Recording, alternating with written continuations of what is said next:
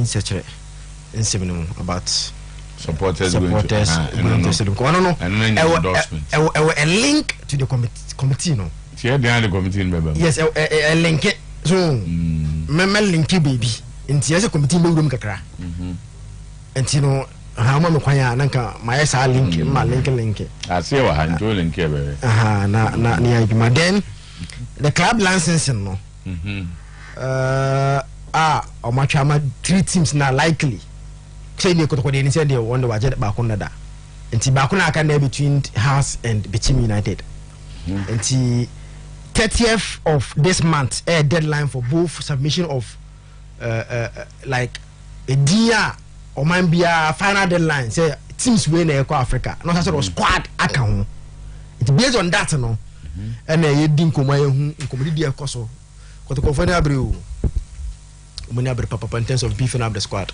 Okay. And it didn't come out at okay. Some positions via community no akoswa and they didn't come here. Captain. Yam to say baba go tram kakra wo Europe. Me hurricane. There be uncle. Uncle Krani. Hurricane here di wo bomodin bi. Say kayenko. Okay, so be tram mo be fa. I mean tram mo shada nya because say issues na. Aye. Me feel say kotokose omo ye coronation. Yeah. Now many producers ne kind of say let's try our best to support it. We don't need support in the big time. Say yeah na feel and may cut down in history. Yeah. They not me hear and say me name the artists they are, but at least they should try and get 1 or 2 artists be. Almost to my hoye de. Also those days ever to bring Lord Kenya. Yeah. Because that time Kenya nana mranti and pay. We is over spending 100,000 kra. Kufi Kenya ta say government beje no ho.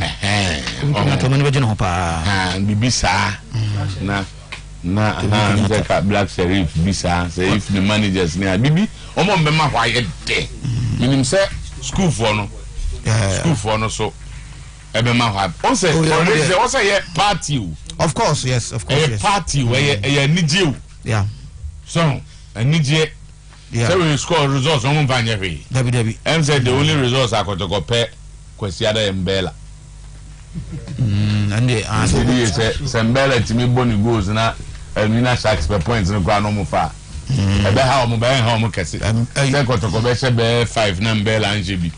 Yeah, bet your boss and I no. I'm going to go dignitaries to the old Bubiano. As the old and as born so ready and not a best so penny for 2 bands entertainment. You have to entertain us. Entertainment. You're going to watch football match. So stadium in town so my but surrounding do to call oh dear, we never be call with any dear. And say so much behind the Black Star game. Auntie, that's why we stadium there turns out. Inside. Open rubber money plastic. That be inside the whole can. It be a can. Inside. Taking them years to understand. The Bubrano. Bubra type. Stella Toa and this animal. Inside the stadium. Of course. How much game Nasi? Now how much yes na say England omo koye here ko ba say commission ka say ina perimeter omo yifri ho yi omo yifri ho ba how go yifri ho match no bia impon ya impon match okrumra na say impon ko na mo so na de guru office a na ye bu omo na de omo yi edu koye sadie we o be de aguguru office o koye sadie we o say na say na ni party titi park so e wo abuche after games no Patrick Vera de any ade no yeah e ho nsem bebre no matter committee to find out why pitch invasion is becoming the order of the day. So they are next season. We no perimeter ni ho. Apa ya ko isa di efru a. Asa benya baby na ina perimeter. Wana baby bi o. Bana baby a. Me ka England. Na me ka.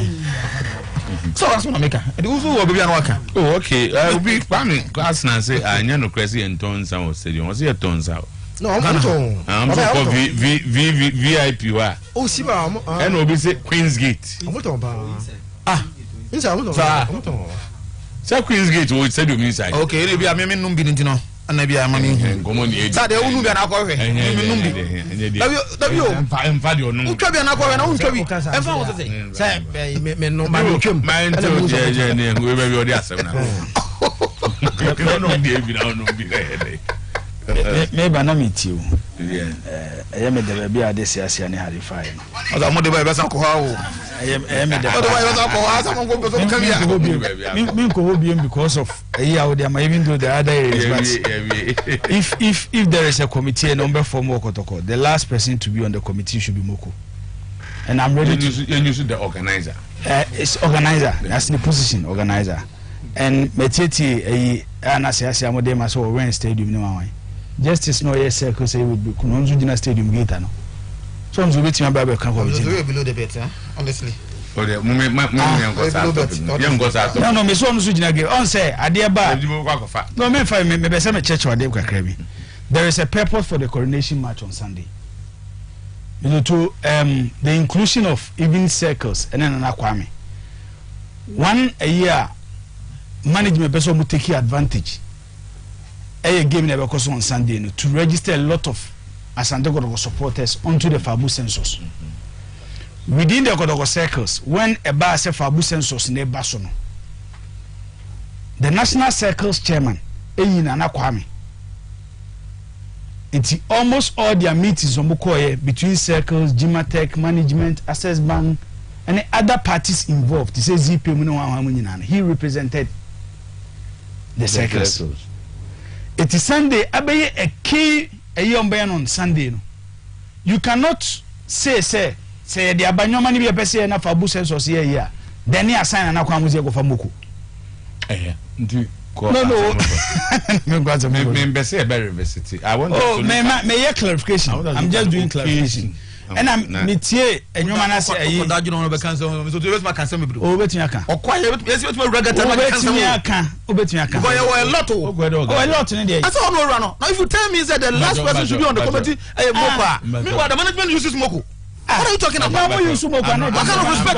What do I do to support somebody? Say management use Moko. Management use Chum. Is Chum on the committee? Management use justice. It don't help the discussion. It's management use will be an SCM and go committee. Young I've never disrespected him. What I'm trying to say is let us move. When disrespect will be a massive Namakano. Oh, baby, I see Rebia, me ready. And I'm saying, baby, I see Rebia, me ready. And I'll keep on saying, say, he doesn't deserve to be on the committee. That is you. He doesn't deserve. And no more Washington has worked better than him to be on the committee. And based on what they want to achieve, these are the right people to be on the committee. Intiminim, baby, I'll fusi and famu kongoshe. Miyoto, your national under 20. And but maybe now can you be say, Yamefana boy on 20 temo. Now man church movie.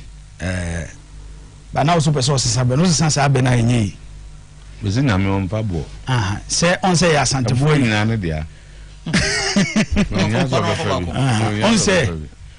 Say ya bonia, Muzo say ya bonia. Obi betimi do akobosom so. Obi betimi do akobe foforo. Odo kwa ebia ho na ye instant results ba Nyankopon de. Onya ne de ne ntentem.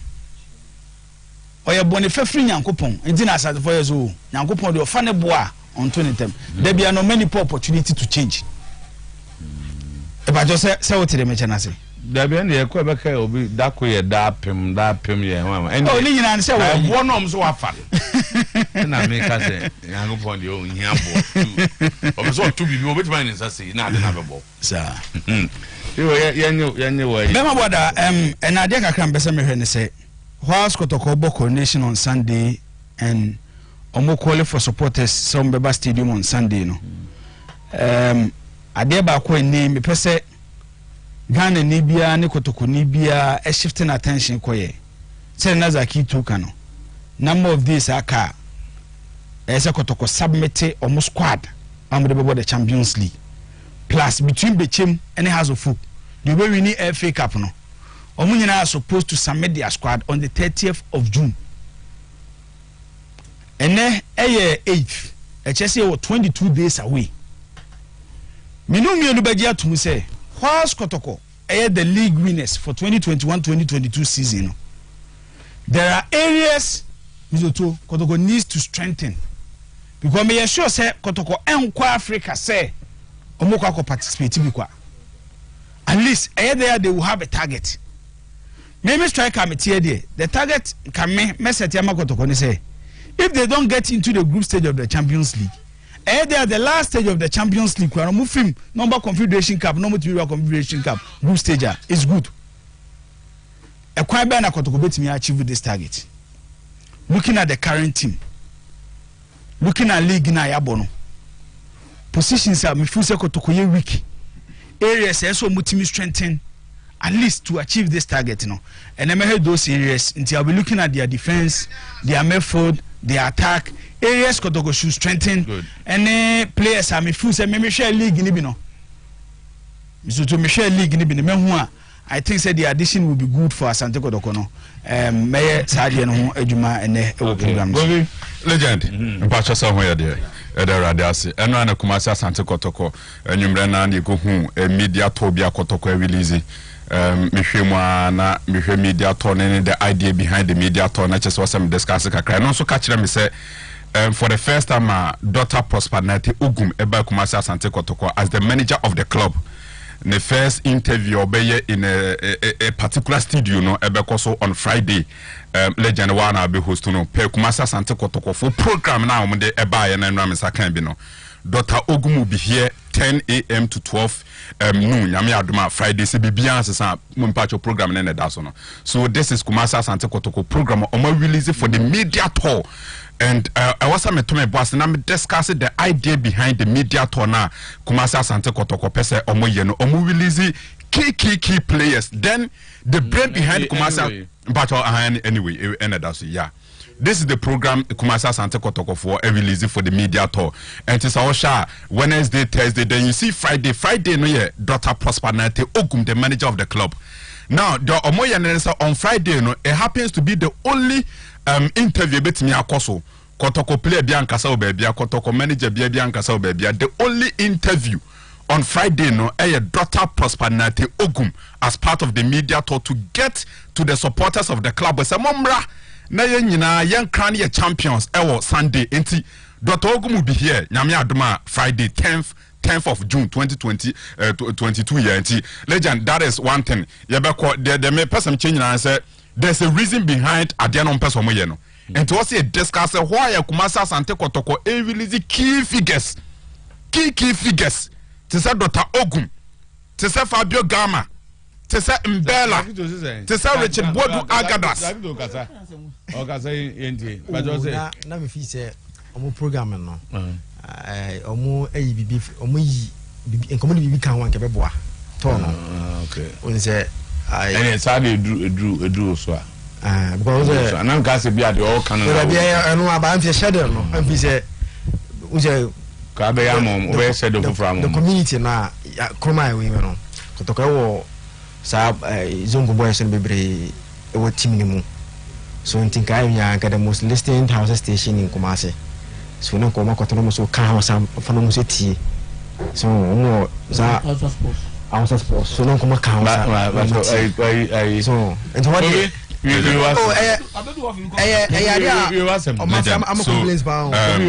so legend it's an area I was saying discussing to get Fabio Gama being released. Legend the leader of the Go King Mbella so Asante Kotoko so be releasing Gama Mbella Richard Bodu Agadas. They're releasing all these key figures as part of a media tour. Now, Omejai, the brain behind Kotoko season in Dr. Prosperity Ogum, the manager of the club.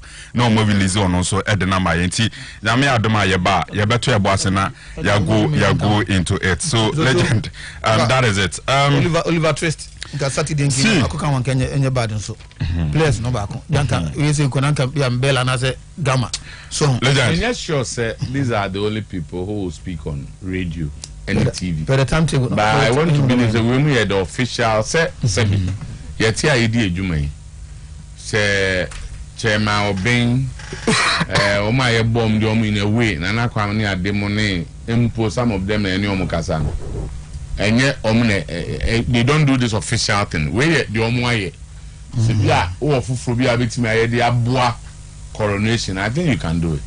Minister to the head of sports in the desk Talkman Treasury Forum. Me too. Almost about be discussing. Legend what to was ahwe se bia Treasury omonyo manage video your the omo be so committee. Asano on e bejitum. Legend me pacho what to was ahwe se bia Blasters forward lineup is likely to shape up, how it's likely to look like. What to was ahwe. But I want to say it's almost done for the William brothers, and there's what there. Zane maniana ngo fokika. I just say confirm answer. Edu baby almost say baako beba baako ma. Ane so what it yeah sometimes this way beba we nationality switch. Yeah. Na otete those things I want to get a bit official. Yeah, but Legend the desk screen is sweet. The desk screen is sweet. Tarek there so a defender. Na Antoine Semenyo no mo na kan. Antoine Semenyo no. No na be obi na nsen. Obi na nsen. On the bet Inaki. Ono so no nya de change o. Dabi Hosen Inaki. Eni Niku. Na de change o. Antoine Semenyo no bobo we no ye den. No na business it. E dey no aye o. Joe had the team aba the Russian Premier League.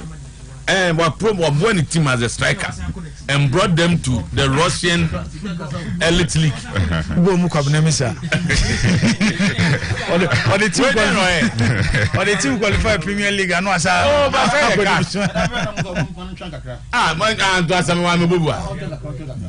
Nidine by legend. Also, your line of yours, so come Mohamed Salisu. Edinketia. Yes, Inaki. Inaki. Hosen. Lamti.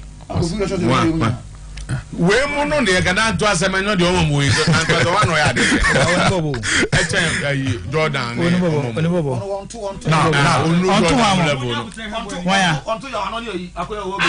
I'm telling you who is here. There be Semenyo okay. Oya de chen Romani.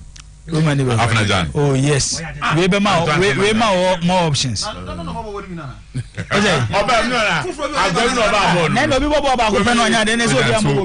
the kind of competition.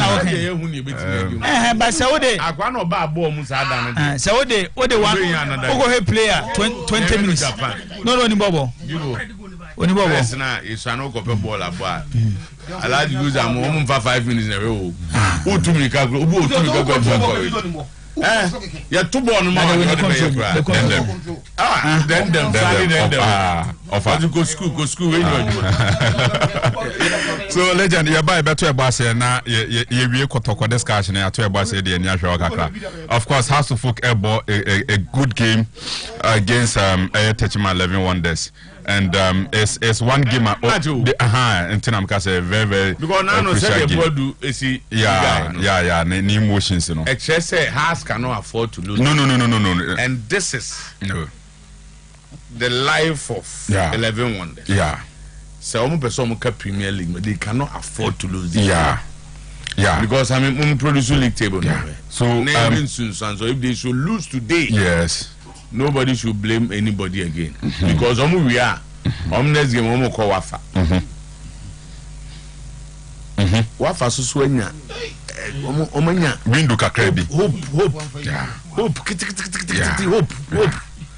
and they say no am some 34 points make 11 Wonders yeah 2 Wonders have 34 points and say ulusu we na ko lusu eno a. But that time, I was 35, if I get it right. I was 35, remember? I was also, the baby against Kim Faisal on Sunday. Tried the so they can't afford to lose this game. 11 Wonders, Sometymer for him, Mutie, pa. Mania brace, Biana Obiwa, and when we see a team be, and Division 1 club be owner be. And now, make us also no. Well, decide the team no go and go team next beam. He doesn't care where they are going. But say if Wonders would like to stay, 34 points. If they lose today, they remain 34. Last 2 games, they go to Wafa. Yes. Because Wafa so hope on Benyani say. If they beat them, on be some 35. Yeah. Yeah. And nobody knows what will happen on the last day. RTU is also working Faisal. Ebiana Obiakwa sleepy. Ebiana RTU accorded 3 points. Yes. So Omokodia they move to 38. Working Faisal is almost 39. They need just 1 win. Yeah, no more. And also hope the best wa RTU no clear farmer or more. One say Kumasi Legon City. Yes. Me chemo 11 wonders for. Has also 11 wonders more lucky because I did see Kumasiana or my channel. Agitated. I'm a coach, If you say, and a house was almost one to me and you're now. Not the so called top 4 ambitions. Yeah, slip you off. And the match, Yeah. I want the interview are granting player another player's interview are granted. Doesn't look good for me. What's this saying? On if we say some senior players in the team. And influence the younger ones, Now who are the best 5 teams in Ghana? About the say wonders enka home. Now so those influence now from senior players, and I'm team empire for me. Okay. Now only as a say wonders comments about at the end of the season. Wonders knew he will survive. But when players what happens to them? So wonders anywhere. And a player on back wonders in investment. Player walk toko offer nani on the back toko. No about 2 or 9 or about 8 talkers on the toko. I just forgetting the name. I want to play and also complain say me for that. Bafu. And also say on those ini tachima ni na so dem amene papa eni ho no ebo na brabo. Aduane o mbedi onko camp ko mbedi e ho e de no akomu didi once or camp. Na ka normal onko camp ko didi twice. But no munya 1 any day. Salary emma, bibia emma. I don't know ama wonders any tachima atano aye especially to the players omo emfiri hono no pokra na ma me papa every tachima or tachima ni no or struggle to survive. As the manager Kansas same way, na say chief president Kansas same way. Na players be Kansas same way so too. If I'm so anyway. Say if a good development. E dey good am ka say you can't because of ensenye skill. Okay. If I'm going to send any nine. So any the over there asema go. Na me nya word ni. Yaso ni papa to the embassy munzu any. Oh, na say maybe former president waka comment na otumika economy so no for me. Go be okay then. And see you be ban about we hwe ni nyina. Okay. Ariam clinic accountant legend was here in channel. Ni they say I was great me small. Ne or chief ya chapa. And then that's where wa wonipa my brother ya no bro message see from slide and that's slide baby slide in a farmer. Like in a farmer or message. But me sure say be on Saka. I mean Saka slide or celebrate birthday or only be diabuma na and then the Samru on farmer and the Samru slide send the message you send the message na you plan slide so what's it to me okay and that's so your phone no so what say discuss kotoko na be din come about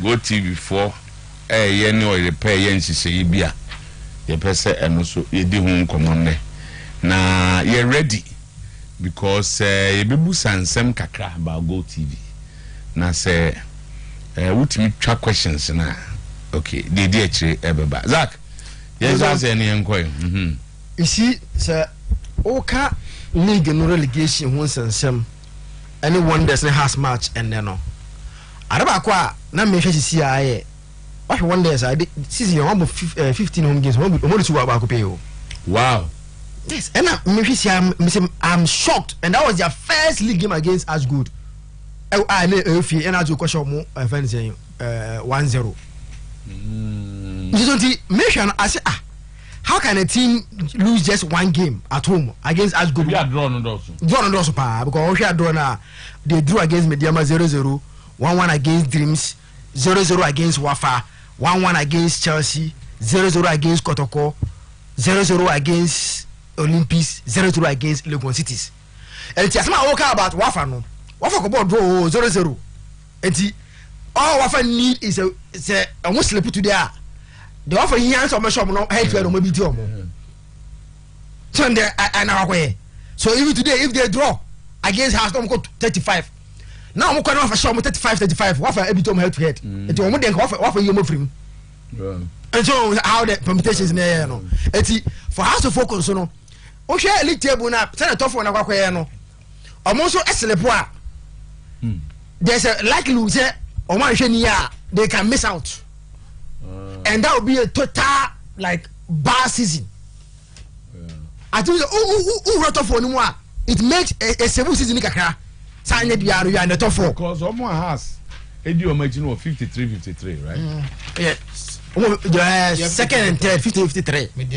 Then anything short of a win hearts top 4 no it looks difficult because Omundi has a 48 46.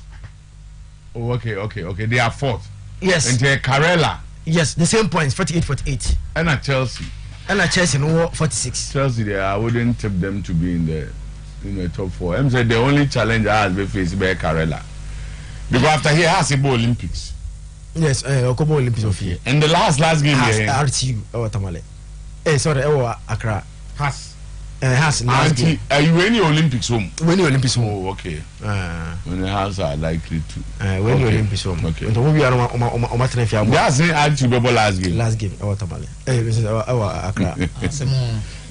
In that you booking visa area. Then they go to. So it's a must win for them. Yeah. Accra. Anyway. So and the relegation party is very interesting and now we see the mood now because now who is there for a club like RTU they are problem is omonya coach or so the coach isn't a good coach so coach or professor and say I like good and I say buku corner RTU and good coach that be is that you now say no it's not a good no is that you no that's me I've not been what's it tank on your good coach Minkas why I don't have that. Member about what that Zakito. I've member about again a cofa. I don't know about me bamba. I don't know cofa and doctor and my PhD in buy no. Oh say na only no I've my check okay like about me ba coffee the blebunti tra onye din say. Again ma okaya me kai pa vividly. Yeah. Ade ma Zakito kaka say academic doctor no. Enso a doctor. Yes, academic doctor no. No PhD okay. Yeah. You remember that day's discussion? Yes. And then also at you, coach. It was about about performance. Papa. What's at you, coach? They don't have a coach. So today, RTU are struggling because of lack of a good coach. But you have said before, say Sika anything. No, say Sika. And maybe as well, Sika on the Quano Munyabi. Oh, now we discuss that here. Ayana. RTU coach is a problem. Are you aware how to sit now? Coach now on you say on and woman survive RTU no or Sierra Leone. That's what go no fair job no. One time school team no. I don't tournament to Sierra Leone. So there are two different and when you players need a free team no. Bear 4 of the players at the account. Then allow the team to be struggling. I think he has left the job now. Munya away because coach and name crucial stages. Nasa ujeting because I'm saying you check you how the last time they paid him. Mummy checking in now because coach for a coach to leave his job at this stage of the league at the survival stage. I think say no. I'm saying school education person school education is coaching now ya no. Enti baby oh you minja say no so on yende sika ma players no on yende players ko bobo a RTU ne ko bobo a se fa so be ko aka omusimu anopa da na be bobo match anopa enya no pe no musim enya no pe no musim o so coach na coach be na coach ni sika to fu agu enya se na omoboa Mr. coach if you are going to you be coach you say oh dem say exactly this coach is the one who was negotiating players deals nenti na You go and negotiating players this now why inflated figures? Then hey. Inflated figures. Hey, exactly. No. Do you know why the ball left? Let me give you one of these one left. The board. After the first round. Mr. Sir, but to impugn this on a respectable person like that. Also academic. Doctor. Reputations are difficult to build. Doctor or academic doctor. Ubetimaka say on negotiating deals. And there are some clubs coaches sitting and are part of the negotiation. And on your bonnet, but also on inflated figures there. So that's not fair. Academic doctor. May I not ask you to withdraw it, but you know it's not fair. When you know it's not fair. When I have evidence, HSS that's the only evidence we have. But that's not fair. That's not fair to us. Only evidence we have. Only evidence we have. But all the to us. We are not interested in the evidence. Academic doctor. Hey. We are not interested. We are not interested in the evidence because we don't need evidence. I have. Say legend can say we need be an evidence because academic doctors and ban or can I called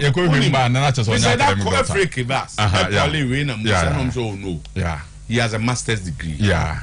But only PhD. Yes. In fact, as far as they remember, he has not even started. Yeah. And what I say, yeah. Or any PhD. He's not presented any proposal yet. So any proposal will be accepted. You know. But I don't know. I'm going to try. I'm saying, you know, every. Okay, is a kid. Yeah, make up. Also, style. We are not having fun. Say, many message we. So, it's baby, club regional. I poor coaching because I spoken to about 3 players. Say coach no more and so any. Because I see now they give me the history of the coach. Teams are coaching the area no more. He has a history of after coaching every team they get relegation. So they have history of Okobe Bia no way. Eti teams be mpoma omogu. You understand? And you know, I hope say players team go good. So players has worry. Oh, say has the team go good. Yeah, there are exceptional cases. So and the players now I say on Sunday there. It's not about coach method bia or more heart out to beat Kingfisher on Sunday now or more make sure say the club based on factory will survive. Now you see I don't meet here a best channel. You know, minister, what's no one about me about my take a cry. About supporters a coordination how they want to go to the stadium. No, boys and car about my take a cry.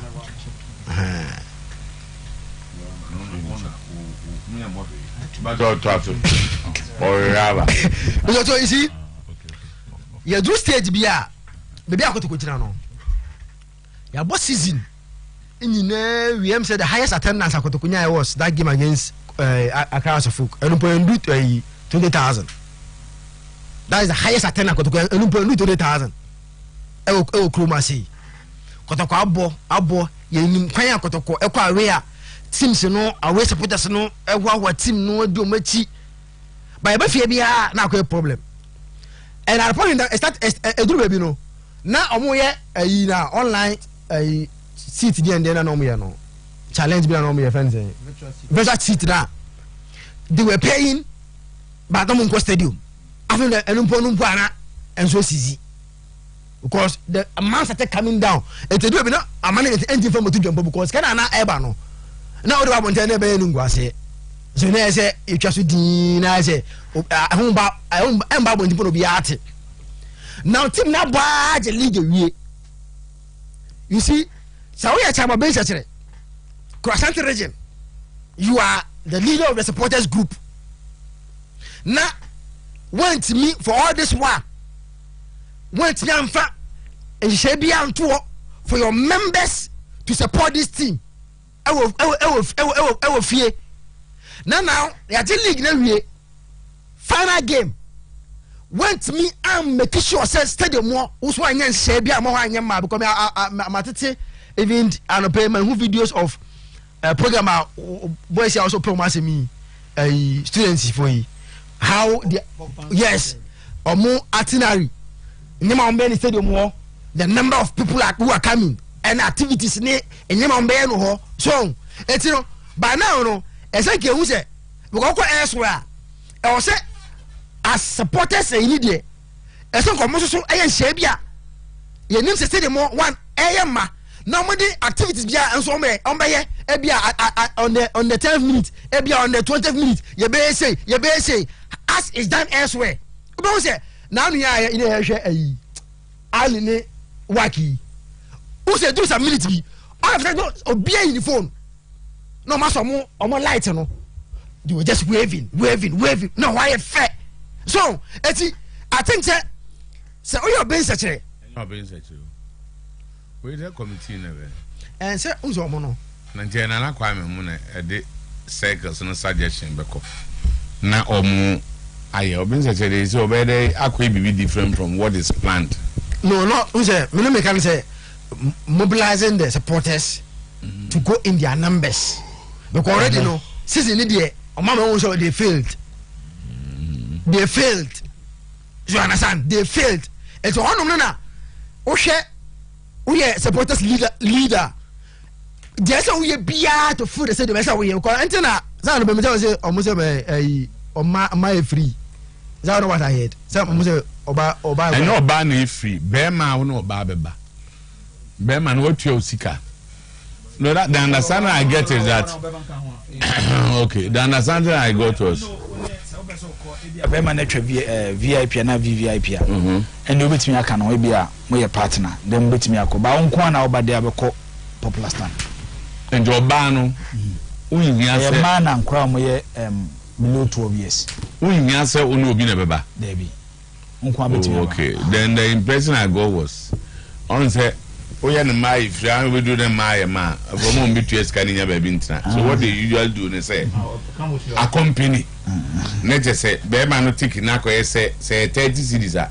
15 ti say ma wo krom ha giga so mbeba stadium mo sa adana ahwe mo tues kan nya ba bi ntina but say and so evidence on beba abaji wo nyina afa hey no my obi a ade ba ko a on say on that very day no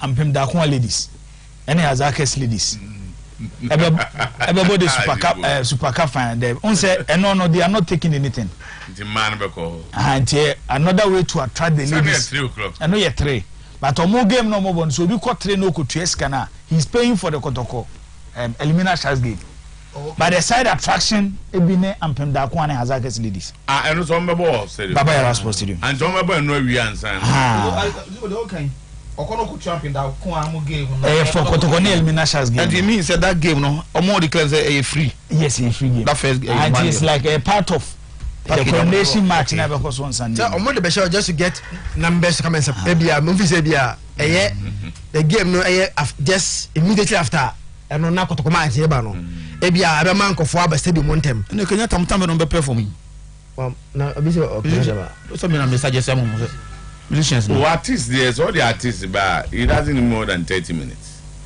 so occasions like this your month said there be a go match dey so obo 2 to 6 no artists obene na mo ye no atunyo mienu bi no okọ won say na ye packed yeah and untimi na artist playing more than 2-3 songs cra okay and by almost timbe fam sure and I'm say obetima nema be betimi akoso I say minim whether they are going to release their program to the public but yes e be hu activity no e be start 1 o'clock say 3 o'clock and penda kwa versus way 5 o'clock say ahead of the game be a players on grab be say and the committee here competent enough to give us and also it's still a GFA program that's one thing we should know and so they have to collaborate with the GFA because GFA also no in terms of the almost almost the fireworks for instance so yes general secretary usually yeah also over usually yeah also over mostly the FA deals with the administrators of the club. Yeah. And because the competition here, FA competition, and we didn't go to committee, he managed that no. Okay. So we will be dealing with the FA. With the two. So to the say now more what they want to bring on board, and the FA being the main organizers, no, they will arrange Sanyo Manyaman.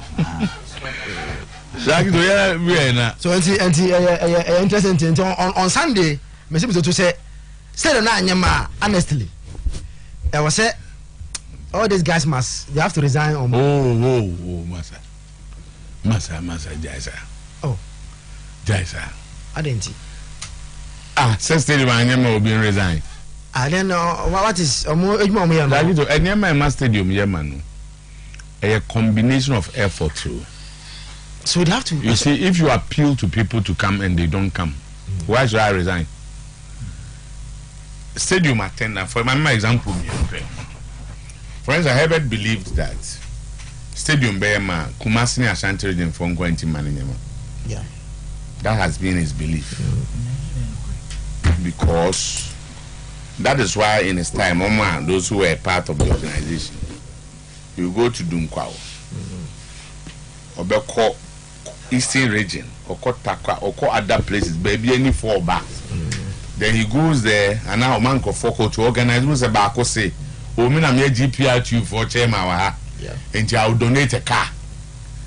And okay, more next can you go not to fuel. A boom, you must have baby any four, baby, no more comment to Esco. If you are we move back, the stadium, my no. See, a caucus nipa back one name you be and me and your more resign, we will not be fair to them. No. For instance, ball now who born Dano Crano, it's me influencing for whether to come or not. And why I say go to do it. For instance, be a management be a decide this woman to players, papa. Who can we assess him in her supporters? And to make a cosi say stadium ban and any pub back where Juma say Ubi resign. And get me slow. Maybe I feel maybe I could do it. As far as we can no.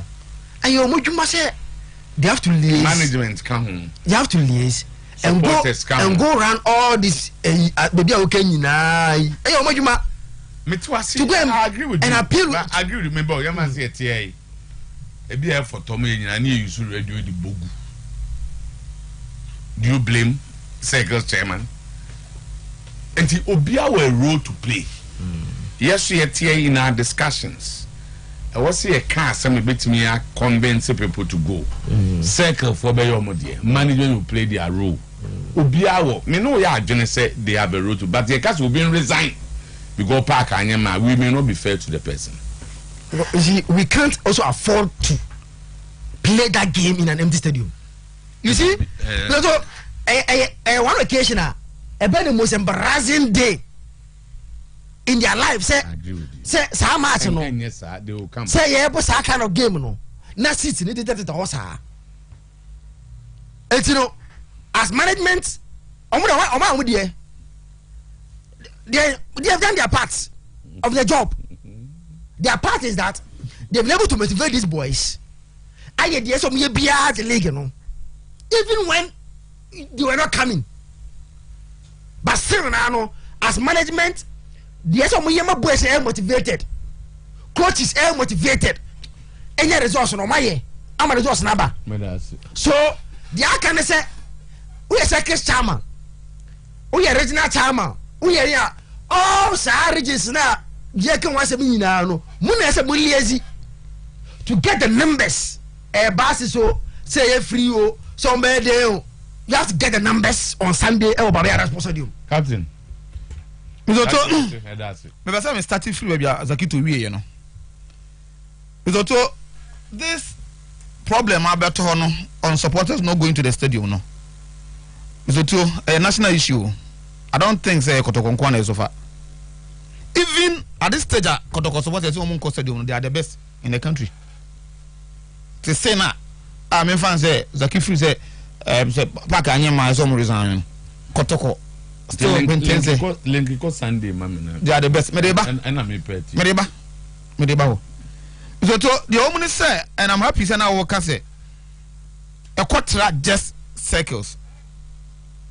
Because me, my belief when they say, some management manage a team they also manages the supporters.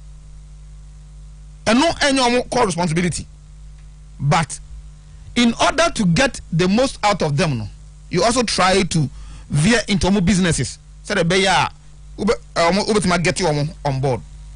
And so now the Herbert example. We all saw those times and then we see it. But times differs. And they are different from Herbert's day. Maybe if you say factors and many pounds costed the money be I be able to more than that those days and Herbert or 20 years back. It was also so if it's indeed say the European football games are affecting big timer.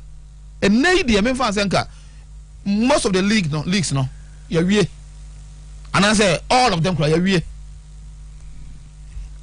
and no, it shouldn't affect us so much. So I want to believe we say I set the circles, the management, that's all my forming the committee no. Or we now put it or more ajunibom no to get the supporters on board. I think say yes.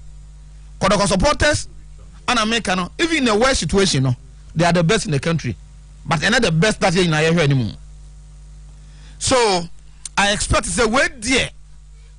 And a game wait there. A kind of movement train. At me about the team. The effort of management aye. Yes, I still believe the management there now. Like I say, to motivate the team. The supporters themselves also motivated the team because in the USA for almost circles. Now me hear the best Agada Squire the best player the next year Mudiamano. No players were getting some money from them among other packages and them. So the supporters on their own way almost Juma and Kaya management Zojuma. That's why I feel that the management also will have to do a lot to support the circle's leadership. No, almost supporters no. Extra mobile stadium. Because the American say a idea so be the European football excuse her. Most of the leagues say Misra Abanawiye. Now say all the leagues Abanawiye. The concentration is Kumasi Asante Kotoko. Waji League, Baba Yara Sports Stadium. Our experts said the dignitaries will be there to support us no Emra. And then no more that today say Madi Ebe Kahwa. So I think it's a good thing. It's a good thing. So I expect the supporters to be there in their number to support Omo Darling Club, Kumasi Asante Kotoko. The team, I said the management has suffered a lot. Omo wage bill and among other things, Omo it's too much. Now me the Kwakoye Kotoko, and this time this season I think so too. They will do more recruitment. For example, the information that I'm getting is say Moro say it doesn't look likely say obesity. Kumasi Asante Kotoko. So information I mean no crab. I think he had a Belgium contract. And the family cry interested. To the extent that ne papa free say unless Asante Kotoko ebetima money bibia are you closer to that deal else boy no and so Jan Maneko. I don't know how far Omumbi agree not much about Bidru. But aside in Bella will be a free say it looks more likely say on the record because of Officer Airbano. So I think say Kotoko will have a lot to do in terms of recruitment. Where the time frame now, I strongly want to believe say ABA management not start ABB. But as to when the monies will be available for them to pay to get these players on board, squad no. Somewhere between the African is what I can tell. So I'm hoping that all these things will be done and Kotoko will be good to go. League table no. Now we can say Mr. Wafa. It's also more interest of Peja, and I strongly want to believe we say the interest not buy because someone who say oh yeah last but two. Now some people say yeah 18 league do the 16 position now. So to ubetimi akam because of Ashanti Gold issue no. So to Kaiser issue no. Oma appeal very timai. Oma appeal. But the reason why me feel say Wafa all of a sudden what pushing her up we gonna look like say a group of not almost jatum say as a relegation obako. But per the results of Benyan baby last time. I know a push you more closer to Tima or just above him, above them. If I just born again, on fat table not so. I mean, bring out on fan Casimir. It means to say, hopes all is not lost. Because in case I send gold or more appeal, no, unsuccessful. Tima already 16, no, I become. And then I want to believe that you're in league table, no. There be discussions. There be discussions. Discussions say as going to play free more. The third division 1 for now, or maybe second. They're gonna play off for them to get someone to come. And then direct say as go free more. Wow, but the system become.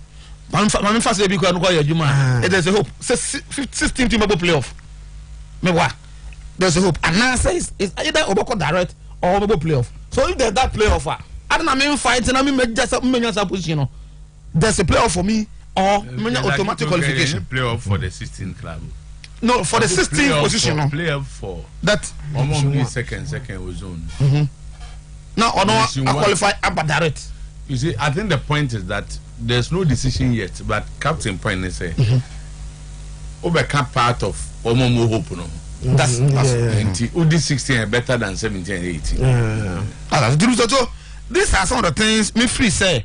I'm me free say the comment being run by the president of Wonders. I need the player no and encouraging no ahead of that game no. Okay. But then House of Folk coach Samuel Buadu. That's how we use also. This is fourth. Make campo mo se campo no kekra me go what time no ko panti ye na wie na me fa cho me wie ko Samuel Buadu Mzoto it looks like say ni faith our House of Folk no say you need some I'm telling you something at the end of the season House of Folk this consortium Mzoto you're from say the Cincinnati ne Hoffenheim no. They are bringing technical directors to the country. Almost never advise House of Folk as to the way forward. The technical directors of those that consortium no is flying down to Ghana. Ombeba Abehe House of Folk. No man recommend it. Who should be in charge of the House of Folk team? What I say, Coach Board no better now. And now say Ombeba advice against on a state there no. Mr. Otuo is very eminent. Based on what House of Folk family, you know, now said the handlers of House of Folk think Coach Boadu medal on somewhere in the season. So it doesn't look good. I don't think so. Medal. They believe he medal on to a certain. They believe it's a House of Folk team. No, there are a group of House of Folk supporters. Not some time ago, not too long ago. Nah. Almost expect to say the management now no ever failing for them to take over House of Folk. No more issue supporters no. So it's started with Coach Costa Papich person. Why Coach Papich left? How they were able to get Boadu on board, and actually how Boadu started dealing with them. Those people are consider almost dealing with supporters. No, just supporters. That section of House of Folk supporters are. No more canvas against that team. Supporters say some take over the team. No, the whole thing is that who said that they thought say Togbe for team. Which people thought say? Those detractors no. Only House of Folk supporters. Supporters. Only House of Folk supporters. They hope say they will fail and they will take over the team. Said Basa. How can supporters take over the team? Said that's the understanding. But they didn't know anything work it. It started from time House of Folk supporters chairman or resign from the board. And so and near man on my year behind the scenes say Nanka the resignation no ebe share Costa Papich a resignation na other board members be almost free say even though but they against the system almost resign na mass resignation no article down to the supporters no more revote. And the board do know deal at the point in time yes at the point in time Toto Boadu find himself with those people now here Nema no I recommend the Poma team no aye no Eventually, no one is fight against you know. That's also another serious allegation. Of course. I say, how can you prove this? Well, Mr. Otuo, the proof is very difficult. But something that information that may chance on it. I've been briefed big time. Talking about a coach of a big club. Also, at a point, coach, you know, and then a hunk of ball. A group of us of whilst he was still coaching the club. Yes. No, he was. I think the advice from them not more than even the management now. And it affected some of the players to the extent that they thought to say if House of Folk register about 13 players or so, most of these players were recommended by the coach, but eventually the court turned against them and it became a problem of House of Folk. Anyway, but that's it. None of your last one now the agro. Like now, we say your time kakra, but no 7 minutes. The Hong Kong. All right, legend. That's it. May you run to Miss Kumasa Sante Kotokoto na omo person omo kono. Oh yeah. Say it's about that. What did they know what about? Oh, but I just want to discuss it because of the idea now. I've heard Anglo say it's only 6 radio stations. Nah, it could have been more because there are more radio stations in town. Ubia in a way has contributed to where Kotoko is now. And he said over 6. Now Ujebi Uma, that's not fair. What is me should have pay attention, but I've heard that, and I've also read it. Yes, me should have pay attention, but before I've been as a kid to crab a kind say Zuria is no Zongo community. No corner muko kauza. Can also that's just an outcome. And oh, complaints are no, that's a legitimate concern. I mean, say ball can one say me ne amemonia adwen toatoa ye cheche ye toatoa adwen obi ebi ameka say na David create o say obi a ya anwe ho ene emuma ma ye players be ba ku mi no bi o mo ka awuza kasa no enso nko because at the end they want people at the stadium. Yes, me what say and tibia die to memfe me nwane say o enko for na nwane ko o bi amafo ke Zakito no and you go me tell about the media tone. Mateti big akra, but there are far attention for all you know. Ibia, said there are a lot of radio stations. There are a lot of radio stations here. TB so for all you know, it will be difficult. Say each and every single radio station, bit me nyasa, you know. But was will be our own opinion. Sometimes you have to respect it. Mateti be me ankasano. Say I'm very excited about Prosper Ogum. Oh, very. Very. Tontono. Oh, so Tontono. Yeah. Tontono. You penya Prosper Ogum. Yeah. Since. But again, my Prosper Ogum doc now me starting free. So okay, so I like it. Faneto so sir. My doc. My doc now so see na me pick story in free. See. Legend. Kumasi Asante Kotoko de omu program na ba. Kwan person mo faso. O kan Pentecost. Me ba be mo hu. Me ma time me ma Pentecost for numbers. Numbers. Pentecost for. So I'm also chance to be organ. Oh yes. Okay. Pentecost for numbers, no. Numbers. It's a who could election at Pentecost so for catching members on Pentecost numbers. Okay. Hey, woman numbers. You don't need to be a church, individual church. Yeah. Yes, be a sorry back. Say be a compared to a presby. Calyx. Methodist. Presby. To God be the glory. Oh, you remember started. Oh, my voice. Oh, my God. God be the glory. Hey, David. To God be the glory. Yes.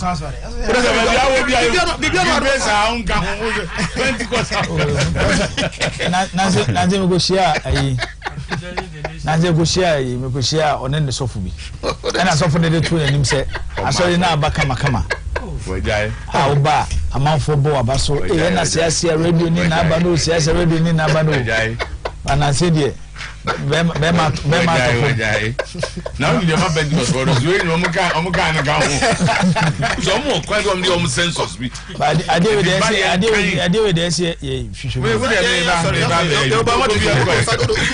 okay legend you rem so Kotoko de mu program na ba se omo be release key figures within the club. Na omone omo supporters interact. The idea is very clear, legend, to get omo message to omo supporters and invite them to the stadium. Message is very clear. Doma in season in no omo ba no omo supporters and yankita hudie kakra. Na through that no omo they invite omo say on Sunday Kumasi Asante Kotoko will be crowned champions of Ghana Premier League. Into Mombra no Mumbamba be support omo. Now legend. Mine now beba ha on Friday no. Dr. Prosper Nate Ogum. Bona ge de ma doc na ne de wasn't person me kana wasem kakra. Legend, this is one man oba befa Kumasi Asante Kotoko. Period obefa Kumasi Asante Kotoko. The kind of recruitment and management and so yemano. Very good recruitment. But a baby anam kasasi mufia se ayana enough from say players ebeba Kumasi Asante Kotoko for the first part of the season. In the early stages of the season, no more buy no more glitter. Fadema omo. And to say yekofa about 13 players at the Kumasi Asante Kotoko, new players. Now decide new players and a certain coach. Now coach need to mean the best out of those players and also credit to coach, you know. A Chelsea coach Juma. Players are no more but top flight football in our Premier League. Any Division 1, Division 2 players, as I saw Madomoma, Dr. Ogumina, he was able to blend these players and get the best out of them. This is Dr. Prosper Nate Ogum. Sir, Papa, no? Just a minute. Yeah, sorry, I'm doing this. I'm very interested. And you claim free on your 20 courses number 1. You don't need to be too no crowd. Number 1. Omo members no. Omo the Maminya numbers and number 2 here the Methodist the Catholic Church of Ghana. Research research. The Catholic Church of Ghana baby and third year Presbyterian Church. Presby 1.7 million members in Ghana. And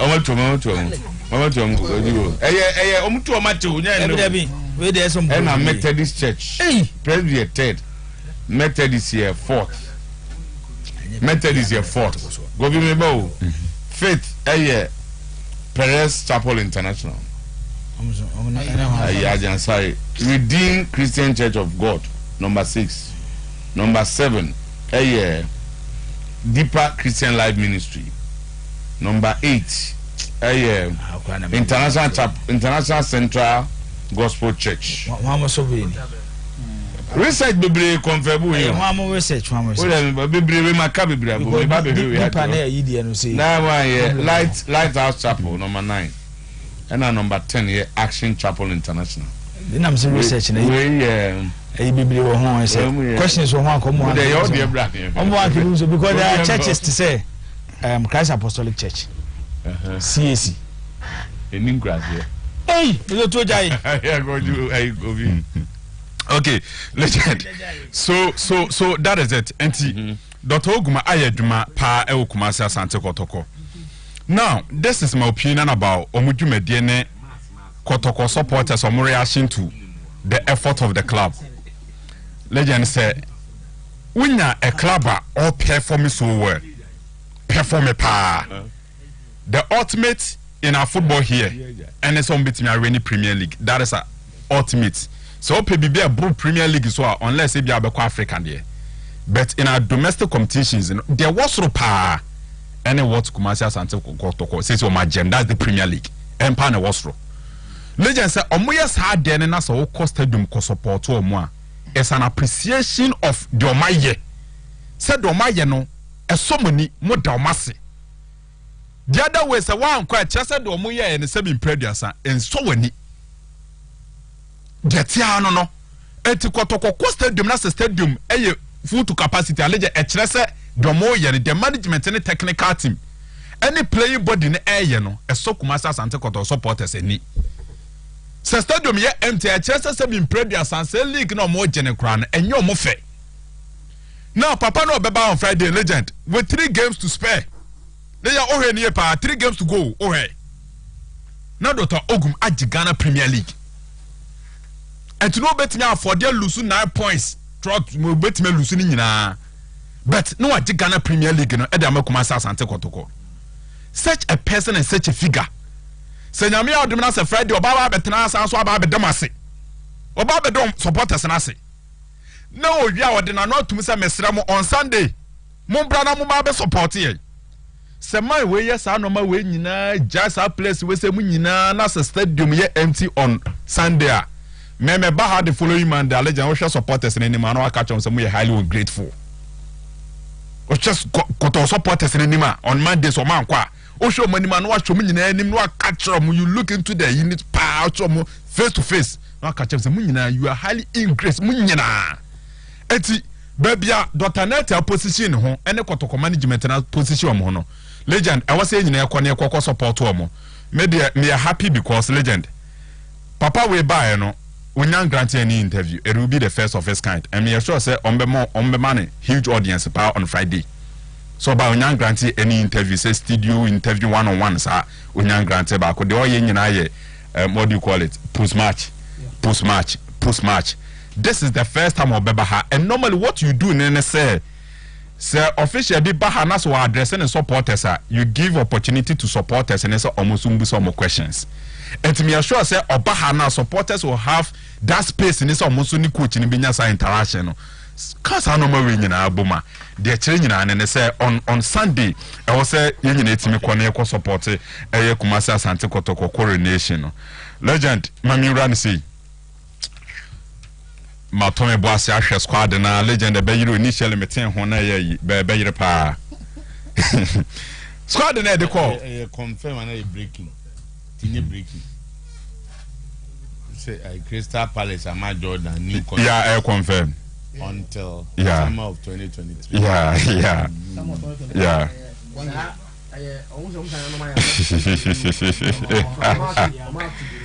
to 1 year legend ya ko tournament no Cameroon no forwards ani ye woni strikers ni ye wingers no Benjamin Tete ko bi Joseph on e kokon to ko ye man record no Joseph Pencil Kamadin Ishaku Jordan Ayu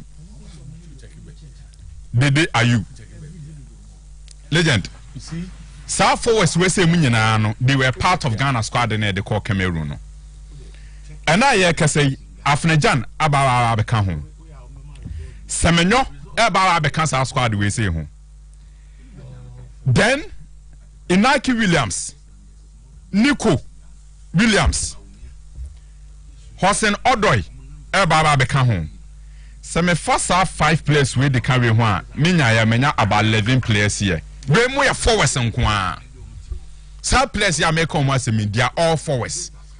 Me fa Tariq Lamtemu, these are defenders. These forwards and Kwana me come as legend.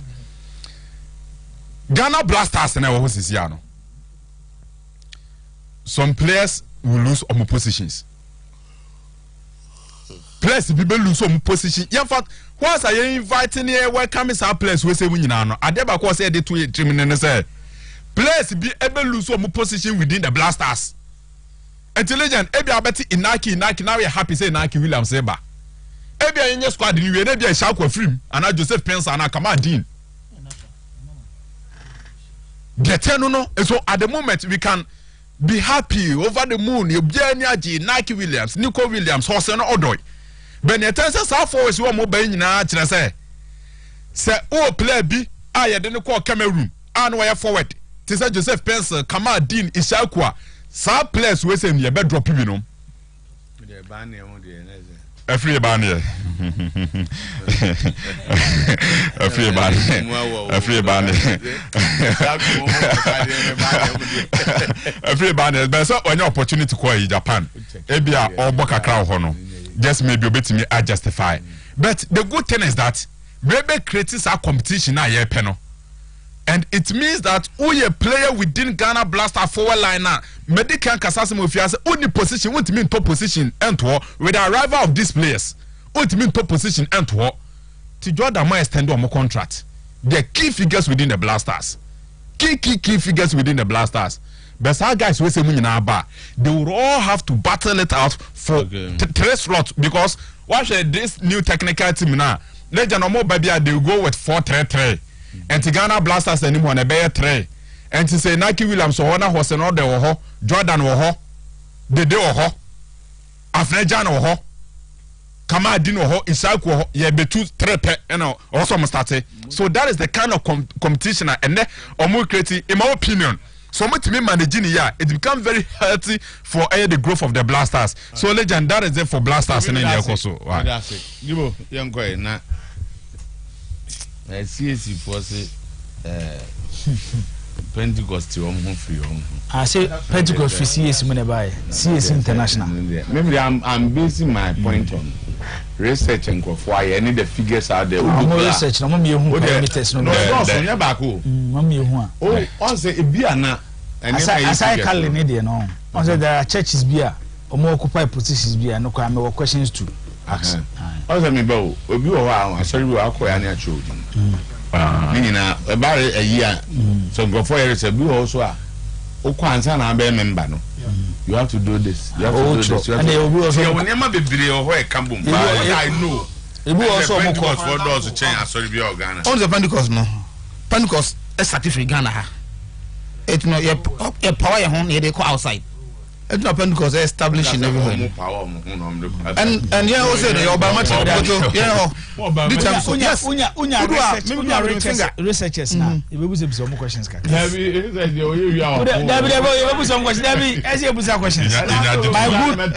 my junior brother Sasudan Kwa Emma information. Also, Master Gona, your Matadisney, or Master Gona, or Modier.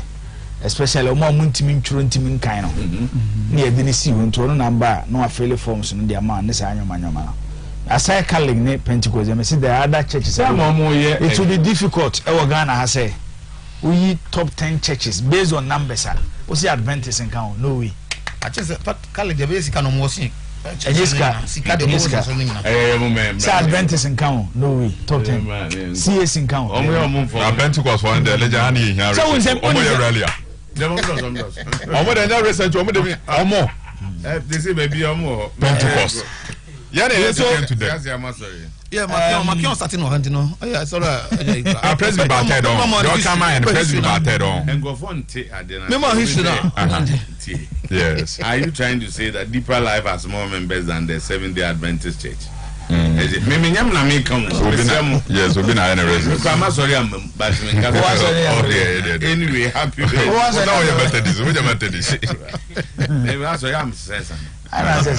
His Pentecost came out from Apostolic Church, but not Christ. I'll say Pentecost free Apostolic Church, not Christ Apostolic Church. Christ Apostolic International. The Apostolic Church. Apostolic Church. The Christ Apostolic Church. Presby design. Third on double command. Presby Apostolic Church. Presby there. The first church. Presby Christ Apostolic Church. I work a different thing. No, Christ Apostolic Church. Presby there. And no one Pentecost free by. My father, yes, my father, no elder of Pentecost. Intimate, I know. If you are a friend apostolic, Christ Apostolic. I saw what did you know, and Quell Ghana ha Presby and a bass on Comudim Basra, Presby, Basra. In Akini Onia Nico, Basra, every Pimo Ghana. No, Medidum Komoka Crow. Now, if you say, these are some of the ways I used to convince these boys. I'm to young woman, to understand Ghana how our tradition sit here. Said you see a new ma before they will accept to play for us. Yet here you too. So what the Ghana for be 10 million. Age now is here now do America. Now see ko America. E mu be 99.9 million. Because on person America for. E mu be 99.9 million. You too. Omega some person America for. Because me say so the Ghana for 10 million. Na fancy woman in our America. The moon 99.9 million 9.9 million. Omunyina beka some person America for. I mean that's a the person be chen say e ho na de chen ha. Say the musi omunyoma wo ho no. E ye chen ye ha de no. Oh nyanya. O say 9.9 million out of the 10 million. Okay, bio because me say me be say me Ghana ni. E be bia wo ni ntiake ko wo ho na e do bank abehu de obe. Oh. Me I want to be a Ghanaian. And I'm say see ho o ma me no boy Mr. Otuo Acheampong be ma boada a wo firi kumawu so ko wo USA Columbus Ohio ono ma me so to the me jena e ho ne ye wo and e bi Obiana abuche be no to firi ho See, I'm something 99. They say 9.9 million. Tika. Oma mo boyo ma jo so be so baga. The same year Ghana ni papa. Say am e ma ho same year Ghana. I say na make no. E won obi Ghana needs me. I wanna Ghana needs me. Ghana needs me free akwa se me ko penkrata. God bless our homeland. What's say no? Ade ha na e dey man na ye no. Say ye be kan okra. Mi so tu. I want to Ghana need me sorry because of penkrata, but more than sorry, masom penkrata. I will apply for citizenship. Oh, way. No more.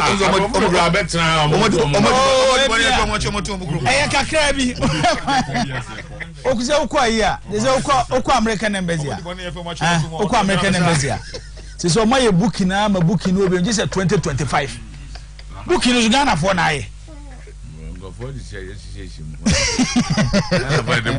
Oh, men kase ebini ho. It's what I'm trying to say.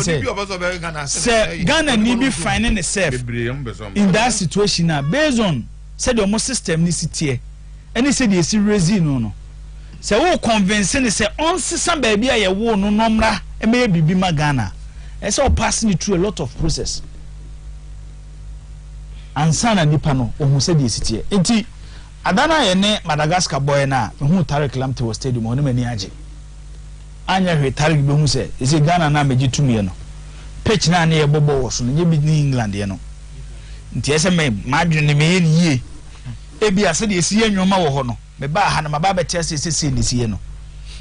Reason why the Inaki brothers are in town and they say at least this is the first time they are here. Okay. Omo ba be te the Ghanaian culture. Papa na yes no. Because when the FA pushing na kinu onua no, what they were saying is Ghana no kura no. Omo ntinyo ma say. Say what me chana say. Want to be a Spanish. But omo use omo maame no omo papa no. Nzoto. Ana omo dwen say omo don beba Ghana. No mate Ghana na say. Because ye there omo maame no omo papa ye Ghana fo. Omo sore ye maache, omo koda maadwo. Omo ka ho bi. Into the best way ni say eni omaba omo beti Ghana ase omo kwa ye be start omo process no me maka se Ghana ni bi owo wiase ye tie amstutu ne bonde mbo wosoro no si ye ko World Cup ne ye ko yade a ye nkobo ina kidi the first name e bebo ye Ghana ye nkobo ina ki Williams ye nkobo Nico Williams ye nkobo Callum Osnodo ye nkobo Tarek Lamte di ansa ne abo Ghana Ghana ne bebo ye di first ye tie hey zoto enyoma ni bia ma Ghana ye popular mo amunye opportunity call Germany 2006 say mo do abrofo ni bi kwa kajam zo monte Ghana da one TV we rob the Ghana ho yes but because of there be Ghana ni bia ni say Germany ho Ghana ni bia ni say Germany ho eti enyoma ni bia msotu ye to get these boys which me in full support of enyoma na ye koso no. We need these guys for the World Cup 2022 in Qatar. And then you against Saudi Arabia. And Saudi Arabia. I will form you nebo. Aye. But Monia too. Group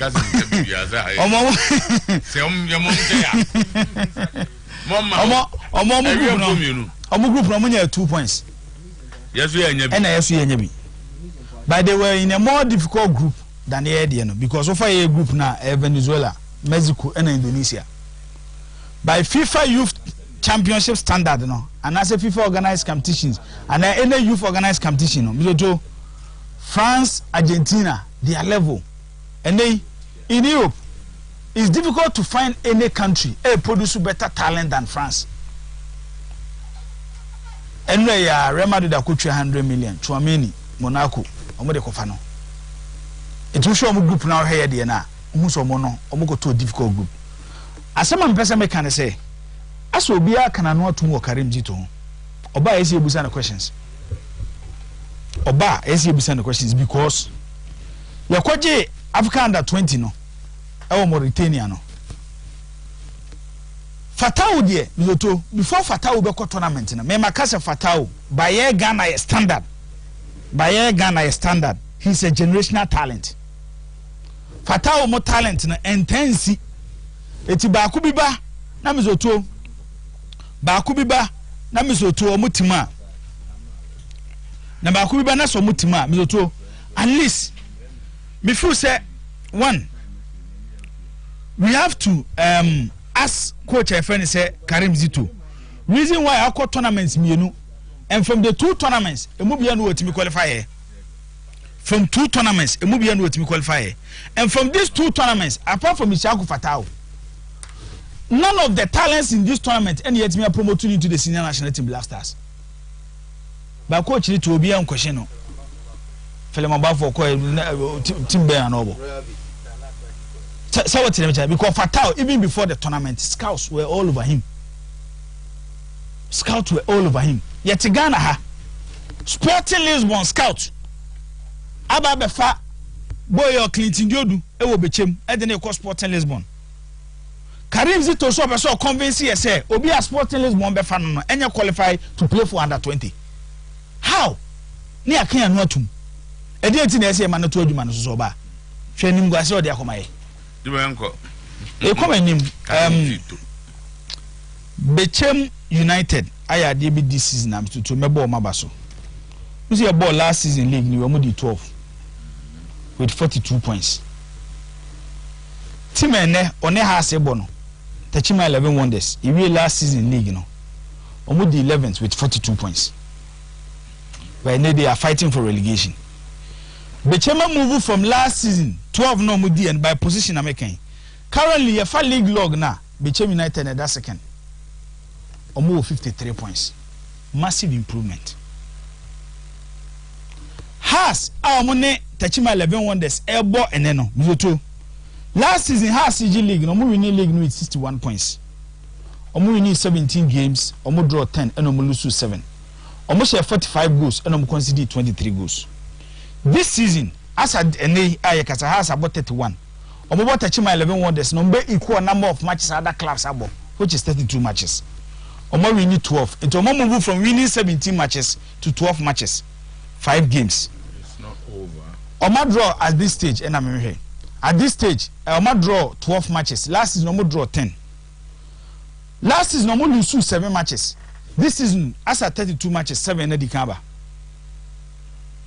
Oje points omo nya last season has near 61 the best has ebenya from ne kopim say league ni beba na wie 57 points that is the best has will get because I got 3 matches for House of Folk meboa 3 will give you 9 points currently they are on 48 into 57 and Tombe 4 short of the Omunya last season which is 61 points it's a show say the standard almost set in the last season you know, standard number form when you compare the current league leaders and the champions of the Premier League Kumasi Asante Kotoko last season your ball league ni we na Kotoko 53 points no manya sorry 57 points omo win 15 omo draw 12 and omo lose 10 over this season omo win 18 omo draw 9 and omo lose 5 big improvement over number of goals last season Kotoko share 37 goals this season Kotoko share 44 goals number of goals omo consider 22 this season omo consider 19 in the league last season for last season league na team a share goals do pa zoto e wafa almost 46 goals even more than has no G league you know it's a chelsea say and they offered by Ghanaian league standard when Kotoko appointed Ogum as their head coach Adiaba akwa de beka Kotoko team no last season because defensively they were good because mo conceded 22 and so conceded 19 goal scoring so much more goals than the almost in the last season. Makata Sometymer 11 won the story no. Na almost 7 na siasa akan no. Se ohwe omubo any individual quality players omuwa. Omu problem nyina eyekom. Ena mo mugina ba bi omugina. Me ye start league no. Me hwe teams nyams se wo team yo be surprising league no ma bechem any Sometymer 11 Wonders. Na ye bo league na kira me didi nkomo wo Sometymer na anam ko hu say players na ho kire wo mo e come so dey won't be from mobile. It's definitely say yentimi motivate players now. The Techima 11 wonders by say they will fight for relegation. And then to Alpha League table no and baby omoda 16th position with 34 points. Osha matches aka survivor by den the Techima 11 wonders. Okay. Because omo winning has in the crowd with the emphasis in case they win against us. Their next game is against Wafa. Their next game is against Wafa. Based on the league standings in Nino, you cannot say Wafa relegation. Untiminka. And games need be a Wafa believe so bet me at league in one of them Techima 11 wonders. And then I'm after me at say Kim Pfizer is safe. Kim Pfizer is safe. To say me hear matches na kana. It's difficult for Kim Pfizer to go on relegation. It's in a game now because so Techima 2. I'm looking at 1-1 between Techima 11 wonders and House of Hope. 1-1. Yes. Because of time, na can be say me Kotoko team de Juma kakra. Kakra me kan say ade na ba be a national problem when it comes to our league. Supporters of Monko Stadium. But by numbers Kotoko de ne ha adwene pa. Based on the number of supporters of Mo as a football club.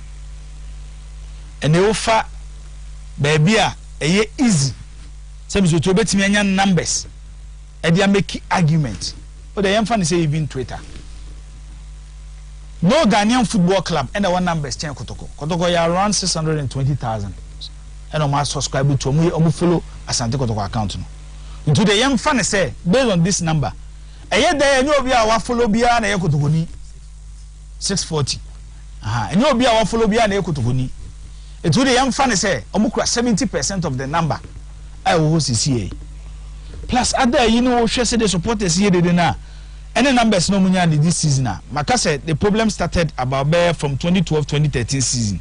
I will be open solutions to it. Meaning says I got to go Africa now. Attendance now your league no any the same. The stadium will be full. 18 will be no use Blasters in Nigeria and they Kotoko ne early bomb match of Baba Sports Stadium. They might even get more than Blasters in Nigeria. So Kotoko ne work every game of Baba Sports Stadium. The number will even be bigger than Blasters in Nigeria game. But Sunday and they from a Juma start here any baby omoduno. I think at least Kotoko enya krano. There should be 20-25,000 supporters at Baba Sports Stadium on Sunday. Mboko support league na Kotoko wini this season. So let's to kind now and supporters na so.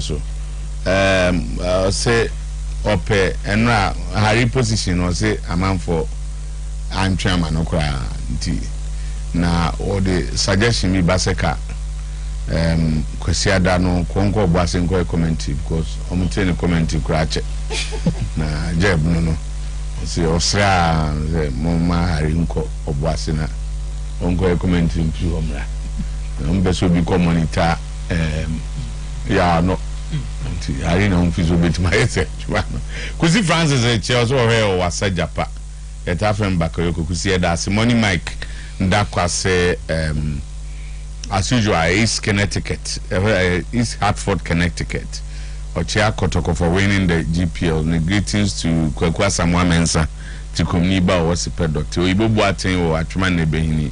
Also there are two clubs in Ghana, Kotoko and the rest. Fabulous the greatest. Blah Kwojo Inyolo or her program or Jinase Men's Kitchen from Antoniata. Michael Ozu AKC. The idea was from management, not from any supporters. Why are you like that? Okay. Kobe Queen. Sometymer, okay, thank you, Kobe Hedasi. Gideon Blessing say, see, as if the circles didn't choose that guy, don't blame the management. More pesado. Alex Ben Max said, it is management committee, not circles committee. This is a simple thing that anybody should understand. It wasn't any good cause you were championing. No, Alex Ben. Kobe, say Kumasi Sports there. As are the limit our scoop. Just say you're national and international. Kumasi journalist. Charlie Esremu. That title there we beg. We beg. Yabo Prince first I will say monitoring the best sports show loud and clear inside town also. Star Junction. I know Kofi from Ponce say and Harry. I say Mumma break kakra. Actually, yes, the moment go break, it's break time. Mike Perez, last season when House was winning everything, see how supporters were trooping the stadium. And they are now today, Kotoko has numbers. Kotoko has won the league and supporters are not patronizing their games. What does this tell us? Did they win it genuinely? Oh, Manoko Kudakwa. Zaki, to stop this, how are they able to force people to the stadium? Do they control the finance of the supporters? I personally used to go to the stadium. Never will I miss a game in Kumasi. If only I'm around since every days, but I could attend just 3 seasons. Any reason? It's simply no money in the system. What I say exactly to was this stadium Konubo Niska? Oh, come on, the original supporter Niska. Okay, so Hernandez Nanabwa was a good morning. I'm watching you live from Hunter West, Aguna and Quanta. Please update me on Man United transfer. Man United. Okay, Safo Kantanga, thank you for your message. Kofi Asadu said Nana Kwame Dankwa is best candidate on the part of the circles front to represent on the committee. Gideon Blessings says if the circles don't choose that guy, don't blame the management. Okay, yeah. I think that is read already. Tino, Bremen Nafi, and now you come from a Ghana for you say Unisem Cement. Next, Grace Risk. Grace Risk Company Limited. Yeah, but did you maybe about GoTV? Aye. Now come on, but GoTV fella be and I say, oh baby, oh how challenge be a GoTV be a kind of kindness from GoTV. Aye. Yeah, they be my man for maybe be a line. Yes. Near this segment. Into contractors are concrete blocks, tires, plastering nano. Unisem Cement no eno mokoto ne bo no nso e form e wo market ne so a se de obi anya je atum se Unisem Cement Great Race de bae no ama Ghana adwuma na ye dirty wo ya so adwuma schools adwuma individuals a bo modern so be Unisem Cement e 0273 664 441 bravo do Santa about Unity Oil ehwe ne mu hwa na Kofi Herbal Center